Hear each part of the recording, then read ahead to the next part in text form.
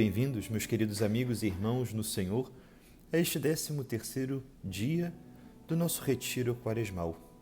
Um belo caminho que estamos, pela graça de Deus, segundo as moções e inspirações do Espírito Santo, percorrendo em oração, meditação da Palavra de Deus, aprofundando temas que podem auxiliar os nossos propósitos e, especialmente, a vivência da nossa quaresma, a vivência da graça que passa e deseja nos levar ao encontro de Jesus que muito tem para nos falar.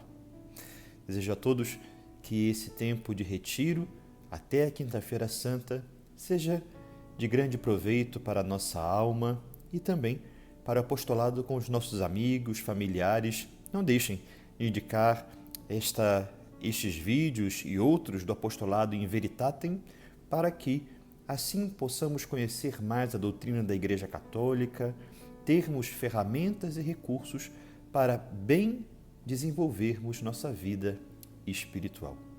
Comecemos com a nossa oração. Pelo sinal da Santa Cruz, livrai-nos Deus, nosso Senhor, dos nossos inimigos.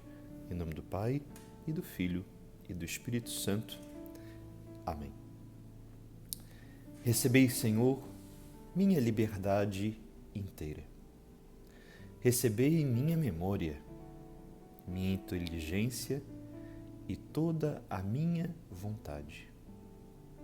Tudo que tenho ou possuo de vós me veio.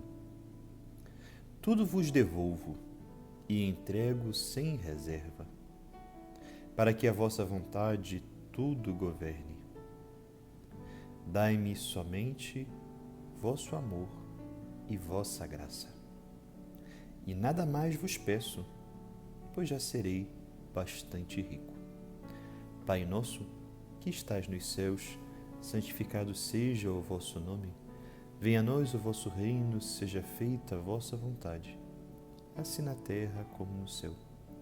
O pão nosso de cada dia nos dai hoje, perdoai-nos as nossas ofensas, assim como nós perdoamos a quem nos tem ofendido.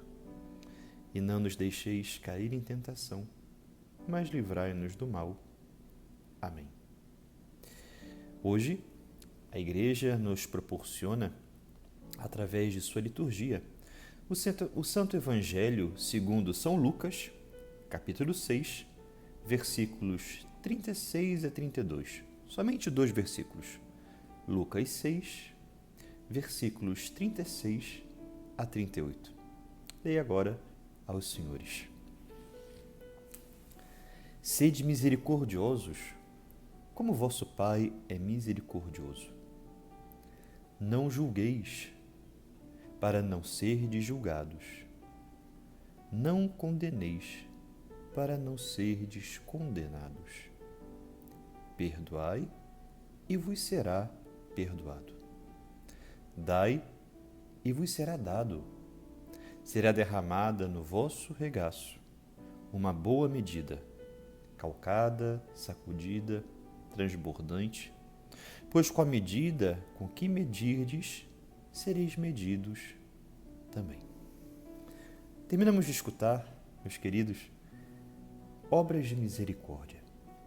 Sabemos que o homem foi criado à imagem e semelhança de Deus, e um grande padre da Igreja, São Gregório de Nissa, escritor, teólogo do século IV, conhecido como um dos padres capadócios, tem um pensamento que diz que nunca o homem manifestará de forma plena, mas em abundância, a sua imagem e semelhança de Deus, a não ser quando realize as obras de misericórdia. O que devemos aprender desse chamado que o Senhor nos faz hoje neste Evangelho do capítulo 6 de São Lucas e ao mesmo tempo deste comentário do grande doutor da Igreja, São Gregório de Nissa, a respeito das obras de misericórdia? Que bem verdade, a nossa imagem e semelhança devem brilhar sempre. Mas tal como uma moeda que foi cunhada com a esfinge, com o rosto de uma pessoa, com o passar do tempo, com o uso dessa moeda, os traços daquela fisionomia vai se apagando e se gastando, uma vez cunhada a moeda, porém continuamente em uso. Assim também é a nossa vida. E a Quaresma deve nos ajudar para que essa imagem e semelhança possam renascer. De tal maneira que devemos chegar à Páscoa da Ressurreição através da vivência dessas obras de misericórdia que hoje o Senhor nos convida. Devemos chegar à Páscoa da Ressurreição como Deus nos criou. Porém, essa imagem e semelhança que Deus nos ofertou ao pensar, amar e criar a nossa vida deve ser palpável e visível.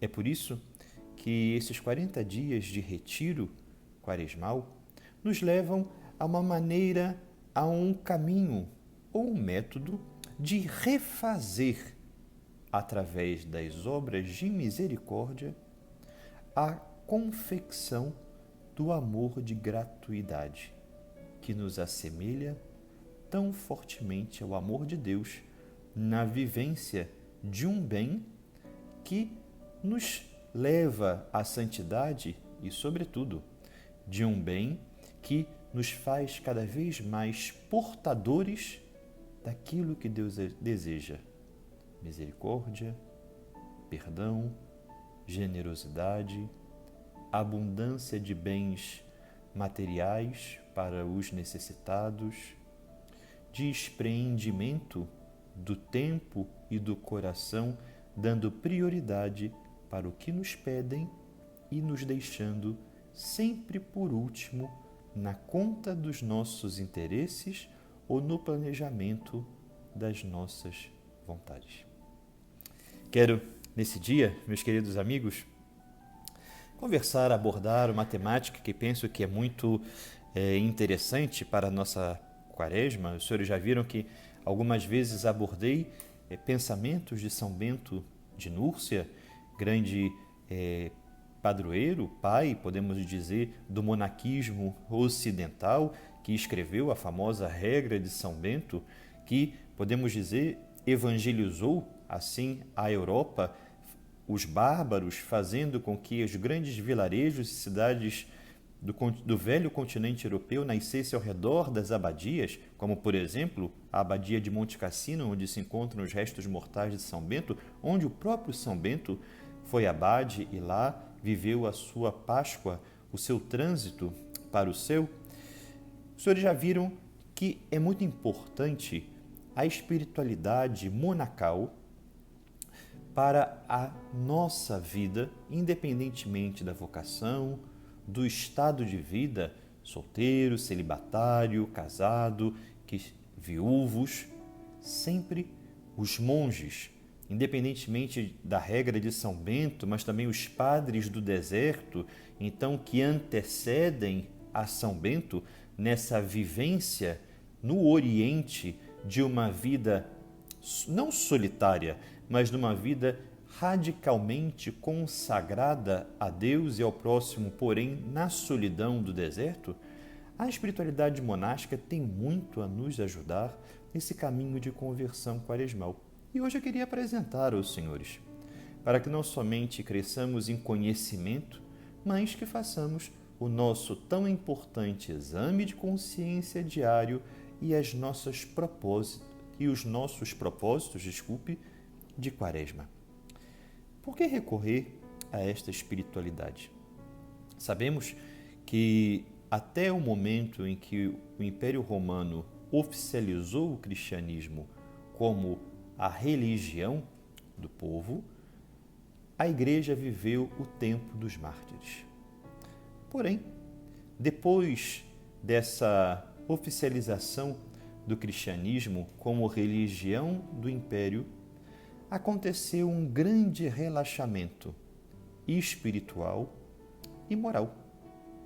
Infelizmente, os católicos, os cristãos se acomodaram se deixaram, nas palavras do Papa Francisco, induzir pela mundanização do império, por hábitos que às vezes não eram tão nocivos, mas geravam vícios e aí sim abriam grandes caminhos de pecados e, infelizmente, de relativização da fé, o que parece que estamos vivendo nos dias atuais. Graças à misericórdia e o amor de Deus que nunca nos desampara, o Espírito Santo suscita justamente a espiritualidade monástica dos padres do deserto, já no Oriente. Depois São Bento levará essa espiritualidade ao Ocidente, então com os cenóbios, com os mosteiros, começando evidentemente pela Europa.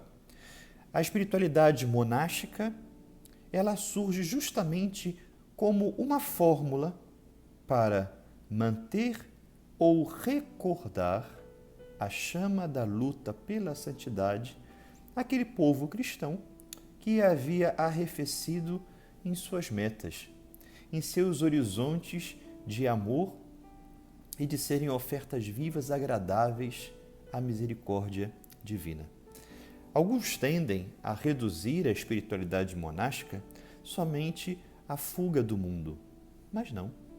A espiritualidade monástica, quando nós paramos para ler os padres do deserto, recomendo aos senhores, existe um vasto material na internet, também nas livrarias, nós vamos descobrir, em primeiro lugar, que o cerne desta espiritualidade está vinculada à entrega do coração segundo a vida que Deus proporcionava a cada pessoa. Dessa forma, os monges eram vistos tanto pelos casais como pelos solteiros, os leigos, ou aqueles que se sentiam então impelidos a uma entrega a Deus. Os monges sempre brilhavam como verdadeiros faróis. Faróis que levavam o povo de Deus a intuir as luzes do Espírito Santo para não se deixarem contaminar pelas coisas do mundo. E assim, retirei algumas características da espiritualidade, da regra monástica, para a nossa vida espiritual nessa quaresma. A primeira característica que eu gostaria de deixar para os senhores meditarem é a respeito do cultivo do silêncio.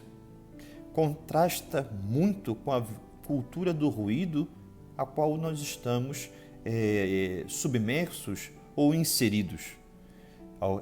Volta e meia nós escutamos na opinião pública a expressão de que as cidades não descansam.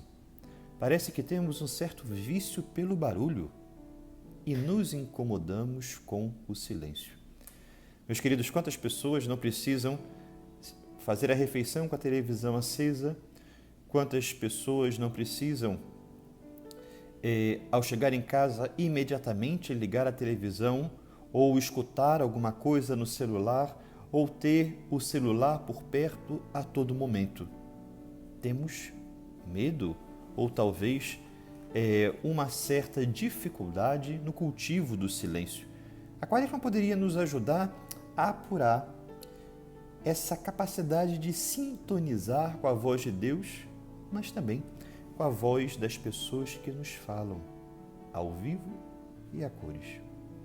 Talvez o mundo virtual queira nos mostrar que não estamos sozinhos, mas esquece de nos chamar à realidade de que, em várias circunstâncias, estamos isolados. Mortificar esse excesso de ruído que nos leva, às vezes, a uma agitação, a um estado de ânimo, de nervosismo, sem explicação. Porque muitas das vezes nos colocamos irritadiços, nervosos, agitados. Nos falta silêncio no coração. Nos falta silêncio exterior para também aprendermos a sintonizar com o silêncio interior. A espiritualidade monástica vem nos ensinar na quaresma, especialmente a todas as vocações, um outro traço que é essencial. Se chama fidelidade à oração de cada dia. Ou seja, sabemos que os monges, eles têm um objetivo, que é transformar a sua própria vida num estado de oração. Isso é o objetivo, é próprio da vida monástica, é o convite a orar sem cessar. Os senhores podem dizer, mas não sou monge? Estou no mercado de trabalho, encontro-me como sacerdote diocesano numa paróquia, dando aulas, enfim, estou nos meus estudos, nas atividades comunitárias. Mas São Bento vai nos dizer, meus irmãos, que a nossa oração deve ter duas características: ser breve e pura. O que significa, segundo os estudiosos da espiritualidade monástica, essa brevidade e essa pureza? Quando rezamos, precisamos manter na memória e na mente de Deus sempre vivas as palavras e os sentimentos que temos na nossa oração. Rezar é manter as palavras e os sentimentos do nosso coração sempre vivos na memória de Deus. Por isso, é importante a fidelidade à oração diária, não que sejam muitos minutos ou por muitas palavras, mas sim eu ter a consciência da forma com a qual eu rezo e me coloco na presença de Deus de maneira íntegra. Por isso, São Bento vai dizer, é importante eu buscar, eu procurar a forma mais correta de estar com Deus. Então, eu vos convido a uma resposta deste questionamento. O que me ajuda a rezar bem? Pode ser esse retiro, algumas vezes uma canção, a pregação de outros sacerdotes, de leigos, enfim, a vida de um santo. Precisamos ter esse momento que nos gera essa intensidade que é a oração contínua. Ou seja, uma oração contínua permeia os meus dias de diversos momentos com Deus. Para os monges, essa oração contínua é marcada pelo toque dos sinos. Os sinos convidam o monge a parar o que ele está fazendo para recordar a Deus e recordar-se da voz de Deus. Nós precisamos realmente ter ao longo do dia, por intermédio dessa oração breve e pura, o nosso recordatório de Deus. O sino para o monge é como a voz de Deus que lhe diz: eu estou contigo, mas está na hora de que tu estejas um pouco mais comigo. Quais são os sinos que precisamos escutar ao longo do nosso dia? Estamos permitindo a Deus dizer: eu estou contigo, mas precisas estar um pouco mais comigo? É verdade, meus irmãos, que a vida monástica, que inspira a todas as vocações e a todo tipo de espiritualidade, quer nos ensinar que, seja a oração contínua, a fidelidade à oração de cada dia, seja o carinho e o tributar afeto ao silêncio exterior e ao silêncio interior, também nos ajuda muitíssimo a perceber que a vida espiritual é uma viagem que não podemos realizar sozinhos. Precisamos ser apoiados, animados, ajudados e até mesmo corrigidos por pessoas, por alguém que possa ter uma visão diferente da nossa, porque ninguém é juiz em causa própria. Sozinhos, nós não temos pontos de referência e nos perdemos no caminho.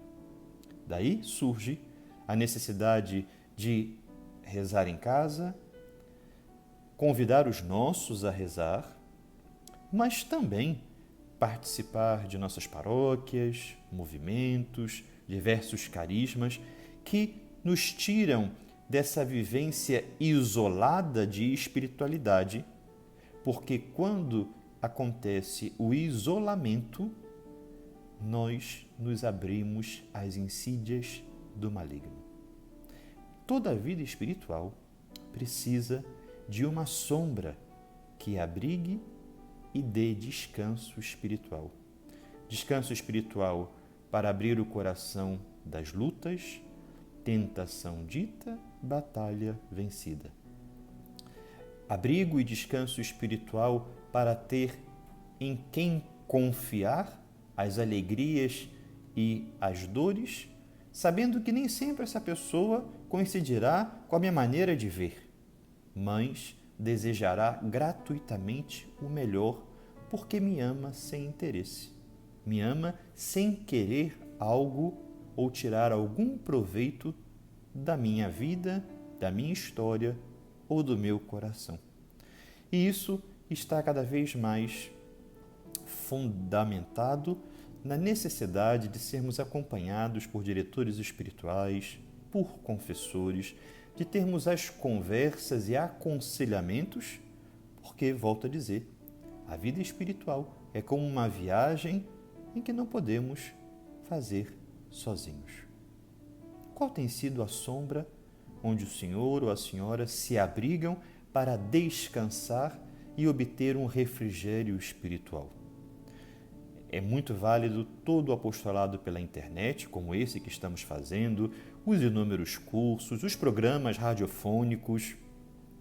É muito louvável. Tudo isso serve como um grande auxílio que nos colabora na luta pela santidade, que nos incentiva e apoia por sermos melhores. Mas é preciso que tenhamos um encontro pessoal com alguém que nos dê diretrizes. Sem diretrizes, não alcançamos metas. E a união de todas as metas espirituais se chama fazer a vontade de Deus para ganhar o céu.